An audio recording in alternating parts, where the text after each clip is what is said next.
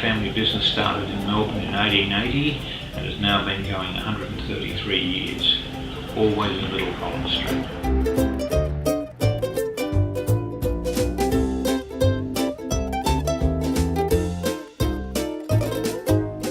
I've actually sat with my father and my uncle and watched them process the loose gems. I watched them give the work out to the various benches, and my knowledge really came through them and through their contact with the various trades that we worked with.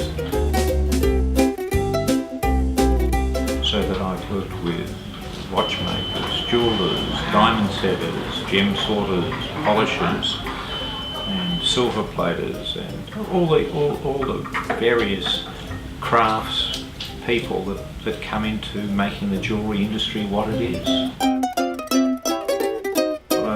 Like anything, grew to like it, I grew to love it, and I suppose it infected me with with the pleasure of working with beautiful things and making people happy. My Uncle Ernest had a fabulous line. If he didn't like somebody, he'd say to them, "We'd love to sell your mum and dad a wedding ring."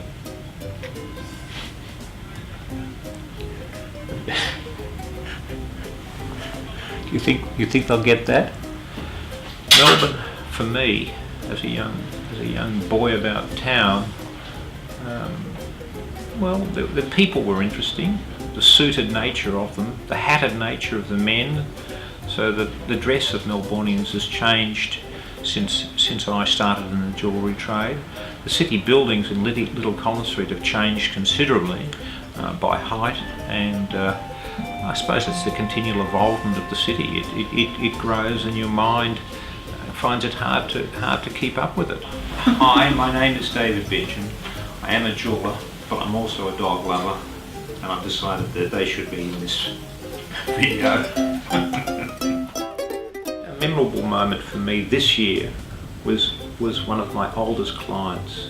She's a lovely senior lady in her 90s from Brighton. Her name's Mrs. Barwick, and I know she won't mind me quoting her name. She'd been coming into Benjamin since before I was born, and she recently hired a taxi and got the taxi man to bring her in all the way from Brighton to Little Collins Street, and she just wanted her battery changed in her watch, and I was extremely honoured and charmed by her effort to come in all the way from Brighton for just a battery change, and I think that was just the sweetest thing. It can't go on forever, but as I've often told you, even if we're moving backwards, at least we're still moving.